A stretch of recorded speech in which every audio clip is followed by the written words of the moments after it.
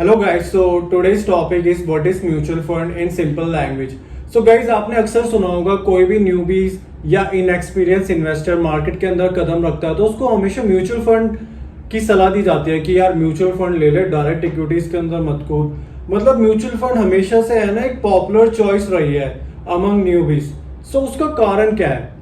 तो गाइस मैं आपको यहाँ बताना चाहूंगा कि हर सालों से ना सिर्फ म्यूचुअल फंड ने अच्छे रिटर्न्स दिए इन्वेस्टर्स को, बल्कि एक न्यूबीज के लिए ना बहुत सारे वेराइटीज भी देता है म्यूचुअल फंड की। उसके पास ऑप्शंस है वो कि किस तरीके के म्यूचुअल फंड में अपनी जरूरत के हिसाब से और अपने गोल्स के हिसाब से इन्वेस्ट करें। सो गाइस, आज जानते हैं म्यूचुअल फंड को कि इसकी क्या हिस्ट्री है, ये आया कहां से ये कॉन्सेप्ट, और इसकी डेफिनेशन क्या है in simple language. So guys, mutual fund is a professionally managed investment scheme that is run by asset management company। तो जो एसेट मैनेजमेंट कंपनी होती है ना, उसके अंदर एक फंड मैनेजर होता है। वो ये जो स्मॉल इन्वेस्टर्स से मनी को है ना पूल करके और उससे सिक्योरिटीज खरीदी जाती है। अब वो सिक्योरिटीज गाइस इक्विटीज भी हो सकती है, बॉन्ड्स भी हो सकते हैं। वो डिपेंड करता है कि वो म्यूचुअल फंड किस टाइप का है। सो अगर मैं और लेमन लैंग्वेज में बात करूं, so it is a combination of different shares of a different companies of a different sector. So it's like a basket, जहां पे जैसे एक बास्केट होती है फ्रूट्स की, तो आपको सब फ्रूट्स के मजे मिल रहे हैं। मतलब उसमें आम भी है, सेब भी है, ग्रेप्स भी है।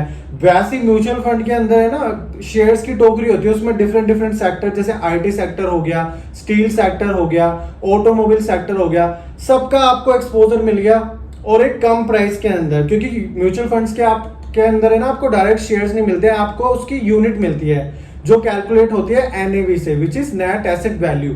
सो गाइस, ये होगी म्यूचुअल फंड की डेफिनेशन। अब हम बात करते हैं म्यूचुअल फंड की हिस्ट्री के बारे में। सो गाइस, फर्स्ट जो मॉडर्न इन्वेस्टमेंट फंड था ना, वो आया था डच रिपब्लिक के अंदर इन 1772 के करीब, 17th सेंचुरी के अंदर। एम्स्टर्डम के अंदर एक बिजनेसमैन था जिसका नाम था अब्राहिम। तो वहां पे गाइस 1772 से 1773 में फाइनेंशियल क्राइसिस चल रहा था।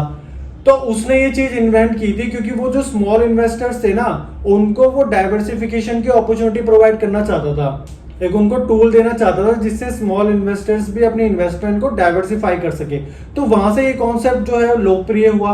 उसके बाद 1890s के अंदर है ना म्यूचुअल फंड का कॉन्सेप्ट गया यूएस के अंदर, जिसे आज हम यूएस से कहते हैं, जो कि सुपर पावर है। फिर वहां से गाइस ये कॉन्सेप्ट धीरे धीरे पूरी दुनिया में पॉपुलर होता चले गया और इंडिया के अंदर आया हमारा आफ्टर इकोनॉमिक रिफॉर्म्स जो हमारे 1990s में हुए थे। उसके बाद ये हमारे इंडिया के अंदर आया और हमारे इंडिया में इसको जो है SEBI, security exchange board of India, govern करती है इसको, म्यूचुअल फंड्स को। इसकी जितने भी मतलब पॉलिसीज है, इसके अंदर जो भी मतलब ड्यू डिलिजेंस है, वो सेबी करती है हमारी कंट्री के अंदर। तो गाइज ये हो गया हमारा म्यूचुअल फंड के बारे में उसकी हिस्ट्री। सो गाइज, अगर हम मार्केट कैप की बात करें तो आज के टाइम पे यूएस के अंदर म्यूचुअल फंड की सबसे बड़ी इंडस्ट्री है जिसकी मार्केट कैप है मोर देन $20 ट्रिलियन की।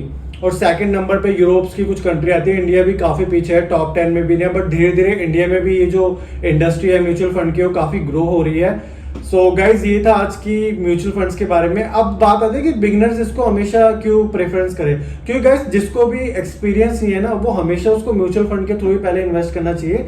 जैसे जैसे जब उसको एक्सपीरियंस आ जाता है, थोड़ी नॉलेज आ जाती है, जब वो डायरेक्ट जो है इक्विटीज के अंदर और शेयर्स के अंदर जो है उसको जंप करना चाहिए। उससे पहले उसे थोड़ी स्लो शुरुआत करनी चाहिए और म्यूचुअल फंड में कदम रखना चाहिए। सो गाइज, मैं आशा करता हूँ आपको आज की हमारी जो वीडियो है वो अच्छी लगी हो। So thanks for your time guys and thanks for watching.